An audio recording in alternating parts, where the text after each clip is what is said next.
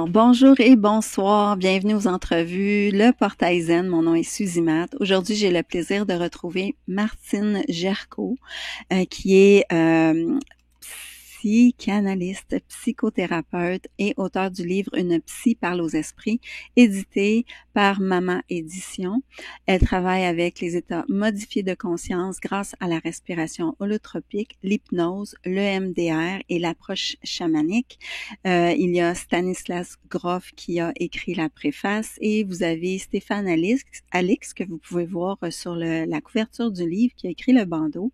Et également, Martine, vous faites partie du collectif là, Le Fantôme sur le divan avec Stéphane Alix. Vous pouvez peut-être me donner un petit peu plus de détails. Donc, bienvenue, Madame Gerson. Le titre, juste le titre, Une psy qui parle aux esprits, c'est tout un titre. Déjà, on sent que vous sortez des sentiers battus en tant que psychanalyste et psychothérapeute, et c'est vraiment ce que j'ai le plus aimé. Je pense pas qu'au Québec, les psychiatres, les psychanalystes pourraient aller jusque là de parler si ouvertement. Donc, vous avez, qu'est-ce qui vous a amené à ça? Parlez-nous-en un petit peu. Oui, j'ai toujours été une enfant. J'étais une enfant inhabituelle. Hein. On me traitait un peu d'extraterrestre et je me sentais. J'adorais mes parents. Hein. C'était des parents très Oui. aimants, mais j'avais l'impression que c'était pas ma famille. Et j'avais un grand-père que j'adorais, qui était né en Pologne. Je suis Mm-hmm. de famille juive. Hein. Et mon grand-père est mort quand j'avais 9 ans et demi et il m'a beaucoup, beaucoup manqué. Et je pense que mon attirance pour l'invisible, pour le spirituel, s'origine hein, de cette histoire, de cette relation très, très proche, très intime que j'avais avec lui. Et puis, quand j'étais petite, je voulais être guérisseuse. Mm-hmm. Et, euh, et puis bon, j'ai fait des études, j'ai eu le bac, et puis j'ai fait, après le bac, je ne savais pas ce que je voulais faire. On n'enseignait pas encore la psychologie clinique, donc on n'enseignait que la psychologie expérimentale ou comportementaliste, ce qui n'était pas du tout mon truc. J'ai fait des études d'anglais et j'ai toujours aimé la langue anglaise, l'Amérique, mais je voulais pas être prof. Et puis je me suis dit bon, je mets ça de côté et peut-être qu'un jour ça me servira. Et puis je suis allée aux États-Unis plusieurs fois et j'ai été à Esalen, hein, je me suis formée aux thérapies humanistes à Esalen en Californie. Et puis un jour, j'ai reçu chez moi, j'avais débuté une pratique de psychanalyse depuis 7-8 ans et je savais que, bon, même si j'étais attirée par ce qui était un petit peu extérieur à la psychanalyse, il fallait déjà que je manque, que je structure ma pratique pour pouvoir ensuite en sortir un petit peu et m'intéresser à des champs extérieurs à la psychanalyse. Bon, même si la psychanalyse est très critiquée maintenant, c'est de bon ton de la critiquer, c'est quand même un outil structurant tout à fait extraordinaire. Mm-hmm. Mm-hmm. Et puis, lorsque je vous disais, comme je vous le disais tout à l'heure, lorsque l'élève est prêt, le maître arrive. Et un jour, j'ai reçu chez moi un petit flyer annonçant la venue en France de Stanislas Grof autour d'un séminaire Death and Rebirth, mort et renaissance. J'ai été tentée d'y aller, mais je sentais que c'était pas le moment. Et 2 ans après, j'animais un séminaire chez Jans, hein, cette association américaine qui s'occupait des NDE, hein, des Near Death Experience, ou EMI maintenant, expérience de mort imminente. Mm-hmm. Et puis, à ma place, il y avait un petit document qui annonçait un séminaire de respiration holotropique animé par une thérapeute proche de Grof. Et puis, je savais que c'était le moment. Et hop, j'y suis allée. Et là, j'ai vécu une expérience d'unité, d'identification au cosmos. Et je me suis dit, tiens, c'est... Voilà. Et je C'est raconte ça. tout ça dans mon livre. Hein. Là, on n'a pas assez de temps. Oui. Je raconte tout ça dans mon livre. Mais il y a une conjonction, si vous voulez, toute une synchronisation d'événements qui font que lorsque c'est le moment, ben, tout se fait hop, sans problème et de façon C'est très bien de homogène. mentionner, oui. Sans tant d'effort, hein. Oui, Une espèce de synchro-destinée. Hein, oui. Exact. Et vous avez vécu, ce que moi j'ai retenu, que j'ai trouvé, parce que comme vous me disiez, Stanislas Grof, c'était tout un être. Et même, j'ai senti un certain lien presque spirituel quand vous avez eu la montée de Kundalini. Ouais. Comme s'il était très présent. Est-ce que vous pouvez m'en parler de cet événement-là?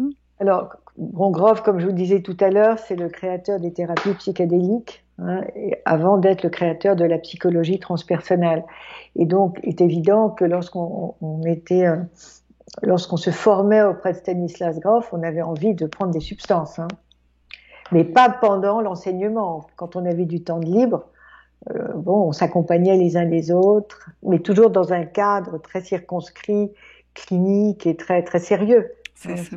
Il faut surtout pas galvauder, mais on était tous, pratiquement tous des psychothérapeutes ou médecins, donc on s'accompagnait les uns les autres. Mm-hmm. Et quelques heures après avoir pris, je crois que c'était du LSD, une autre substance, la nuit, j'ai eu une montée de Kundalini et je ne savais pas du tout ce que c'était. Wow. J'avais rien lu sur le sujet, mm-hmm. Et ça a été assez terrifiant puisque pendant la nuit, j'ai senti mon corps vibrer, et tout se passait à l'intérieur. Mm-hmm. C'est-à-dire que quelqu'un à côté de moi n'aurait pas pu voir que mon corps vibrait. Mm-hmm. J'avais l'impression intérieurement d'être une pile atomique. Mm. Et d'un seul coup, je me suis retrouvée j'étais dans le cosmos, et je me suis retrouvée devant un miroir. Mm-hmm. J'avais une émeraude au niveau du troisième œil. Et Grof était derrière moi. Mm. Et je me souviens, je revois. Vous savez, quand vous faites un rêve, le rêve, ça s'évapore, ça ne laisse, ouais. C'est très labile, ça ne laisse pas de traces. Mais là, je revois l'expérience. Il était derrière moi et il m'a dit, Martine, it's time now for you to jump. Maintenant, pour toi, c'est le moment de sauter. Mm-hmm. Et alors, je me suis retrouvée sautant dans le cosmos. Mm-hmm. Et je me suis retrouvée dans une zone de lancement de fusée. Bon, tout ça, il y a aussi beaucoup de symboles là-dedans. Oui, la symbolique, oui. Voilà. Et de mon lit, j'étais pleine de bruit. Et puis, hop, je suis revenue dans mon corps. C'est très curieux, quand on revient dans son corps, c'est comme si on rentre dans un gant qui est un peu étroit, il faut s'ajuster. Hein, c'est très, très curieux. Et puis, à nouveau, mon expérience a recommencé et je me suis retrouvée dans un autre espace-temps. Je résidais chez une amie qui s'appelait Kay, K-A-Y, qui était en formation avec moi. Et elle est à côté de moi. Elle a le visage d'une vieille indienne, complètement gurinée, fripée, ridée. Et elle me tend une pomme. Et j'essaie de ramper, de prendre la pomme, mais j'ai pas de force dans mon, parce que c'est une expérience hors du corps, donc j'ai pas de force dans mon corps. Puis hop, d'un seul coup, je reviens à cette corporéité, hein, humaine, actuelle. Et le lendemain, au petit déjeuner, je raconte à Kay ce qui s'est passé. Et elle me dit, mais non, je sais pas de quoi tu parles. Bon, et c'est vrai que lorsque Grof me dit, bon, le lendemain, je vais voir Grof, je lui raconte ce qui s'est passé, et il me dit, c'est une expérience de Kundalini. Mais quand dans ce rêve-là, il vous dit, it's time to jump, c'est le temps de sauter. C'est le temps de sauter dans quel sens? Ben, c'est-à-dire que toute ma vie a changé. Ouais. J'ai quitté un homme qui était le père de mes enfants. Je vais pas raconter ma vie, mais c'est non, mais juste now for you to jump, c'est tu sautes. On change. Ouais. Voilà. Pour être vraiment qui vous êtes venu être ici, hein? Oui. Alors c'était pas facile. Et puis bon, ensuite j'ai rencontré j'ai rencontré un Américain qui était médecin avec lequel j'ai travaillé, qui venait de terminer sa formation chez Grof, avec lequel j'ai commencé à animer des groupes de respiration holotropique. Et ça a été aussi des années aussi d'apprentissage extraordinaire. C'était ça le saut quantique.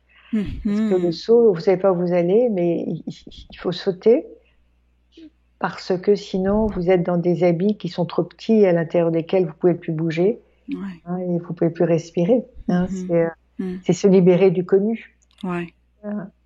Et C'est parfois, comme le papillon qui sort de son cocon. ouais, ouais. Hein? Et c'était comment j'ai relié la psychanalyse à la respiration holotropique et la psychanalyse. C'est parce que je m'apercevais que la psychanalyse telle qu'elle était pratiquée, elle était devenue obsolète. C'est pas que je nie la psychanalyse, parce que je suis toujours psychanalyste, mais il faut qu'elle s'ouvre aussi à d'autres dimensions, à d'autres approches, et que les approches s'enrichissent les unes des autres. Hein. Mais il y a beaucoup de n'importe quoi maintenant. Hein. Le Ouais. spirituel, le chamanisme, c'est très à la mode, c'est très galvaudé. Ouais. Et, il C'est faut ça. rester très prudent et très très vigilant.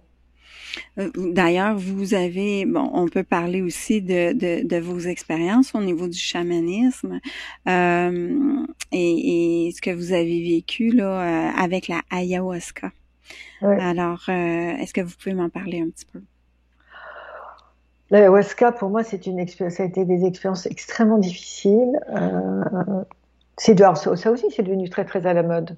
Oui, Alors, il y a du oui, tourisme spirituel. c'est Euh, ça. c'est Moi, je connais des gens qui sont pas revenus de leurs expériences. Wow. C'est-à-dire qu'il faut, euh, c'est important maintenant pour moi, je pense. Si on va dans un pays comme l'Amazonie, c'est important que la cérémonie soit guidée, bien sûr, par un chaman autochtone. Mhm. C'est important aussi qu'il y ait un thérapeute occidental qui soit là, qui assiste à la cérémonie et qui prenne éventuellement lui-même un peu d'ayahuasca, qui était Ouais. initié, hein, et qui puisse ensuite, une fois que l'expérience est terminée, pratiquer l'intégration avec les Occidentaux. Les chamans amazoniens ne sont pas des Occidentaux, nous sommes des Occidentaux. Et ce qui est vécu par nous, Occidentaux, n'a pas nécessairement trait à la mythologie amazonienne, aux mythes qui les habitent, eux. Mhm. Et je crois qu'il y a une espèce de course et d'appétence pour ce qui est extra-occidental. Et Mhm. je crois que là, ça crée des ruptures, des éclosions psychotiques, parce que les gens n'ont plus de repères. Mhm. On appartient à une civilisation, on appartient à une tradition judéo-chrétienne. Moi-même, j'en reviens, hein, puisque je suis née dans une famille juive, j'ai été élevée dans le souvenir de la Shoah, hein, de la déportation.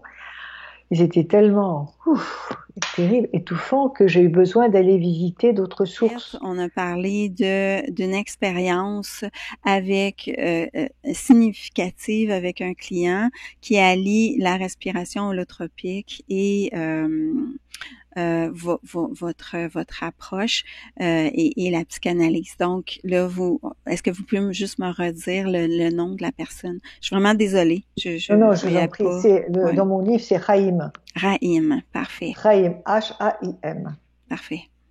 Et ça veut dire la vie en hébreu. Oui. Donc, ce garçon, d'abord, commence le travail en état d'expansion de conscience avec moi à partir de l'hypnose.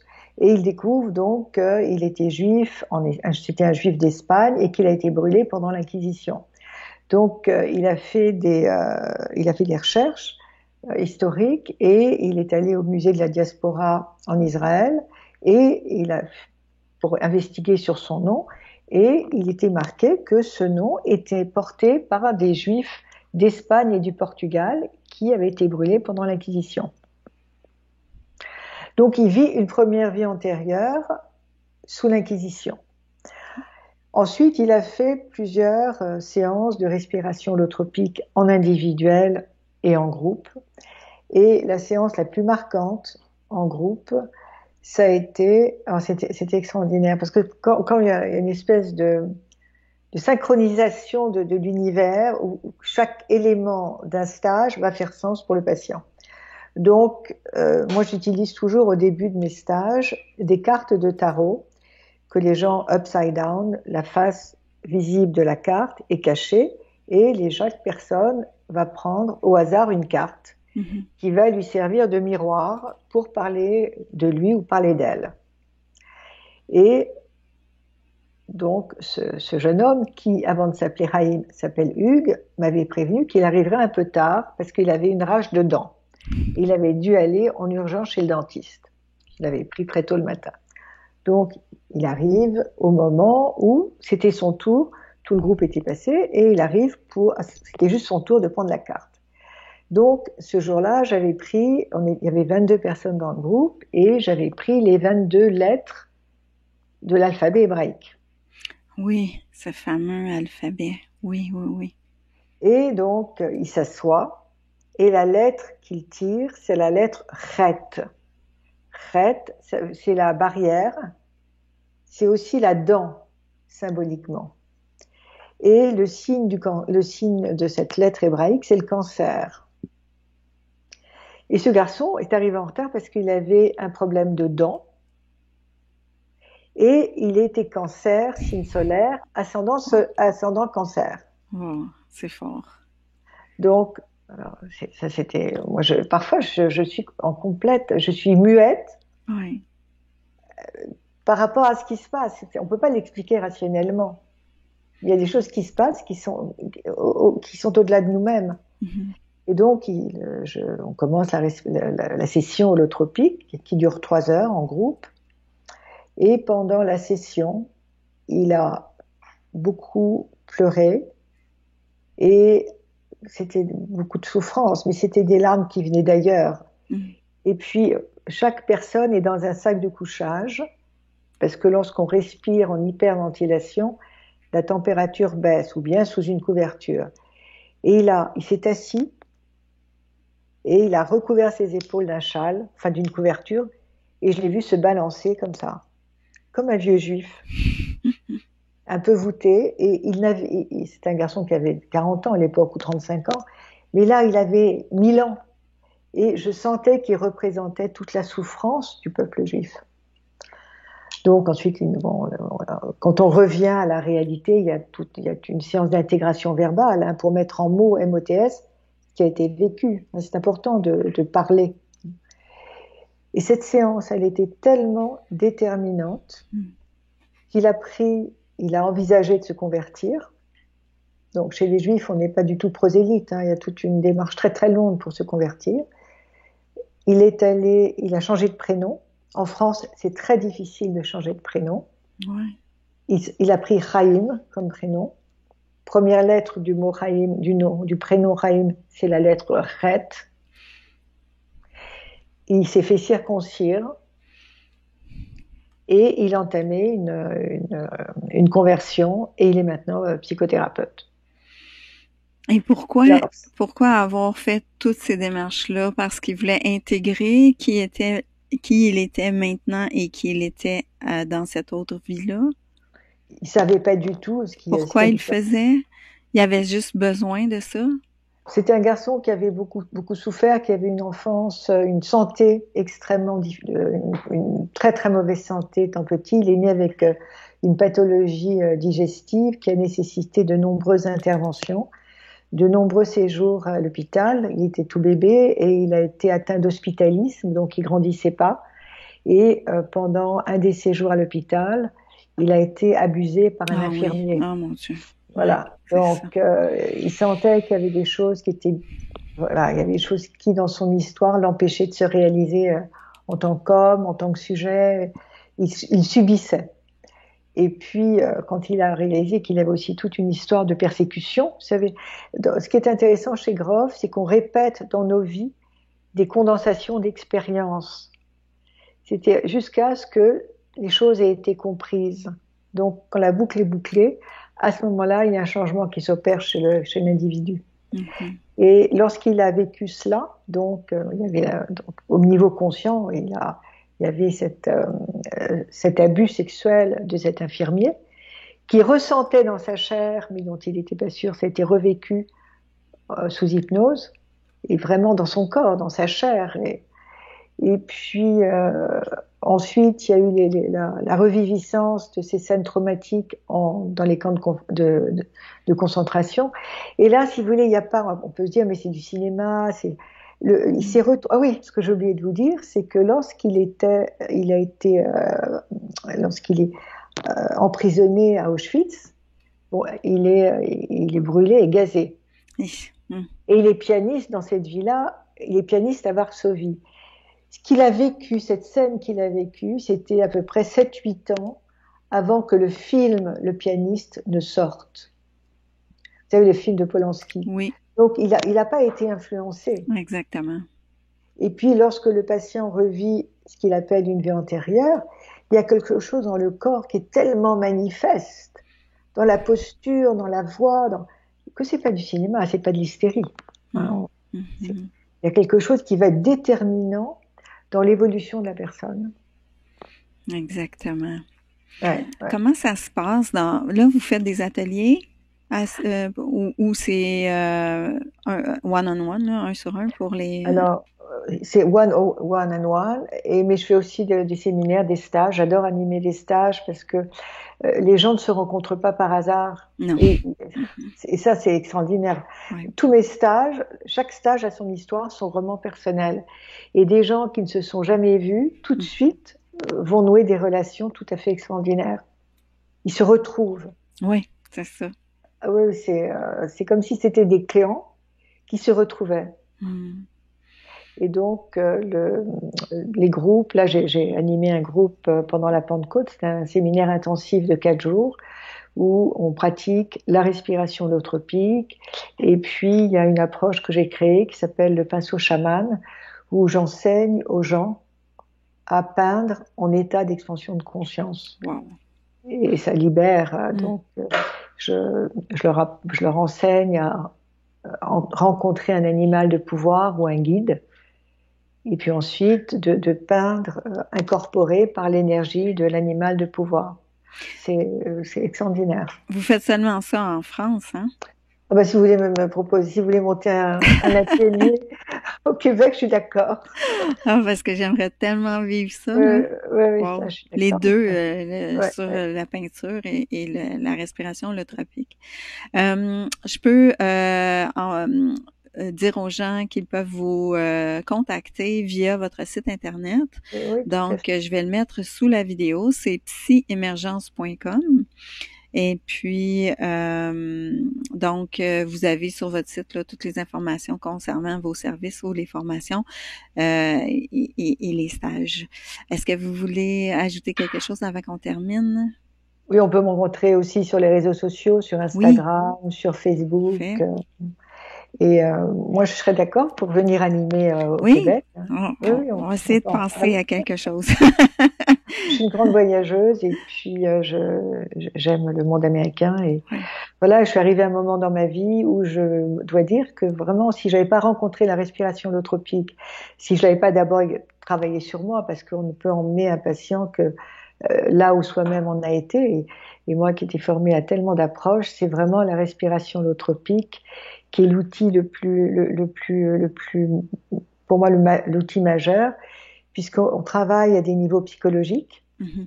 On rencontre des souvenirs psychodynamiques. On vit aussi des expériences de naissance, puisque c'est la naissance aussi qui va constituer l'être humain. La période gestative, la période intra-utérine, mais également la naissance.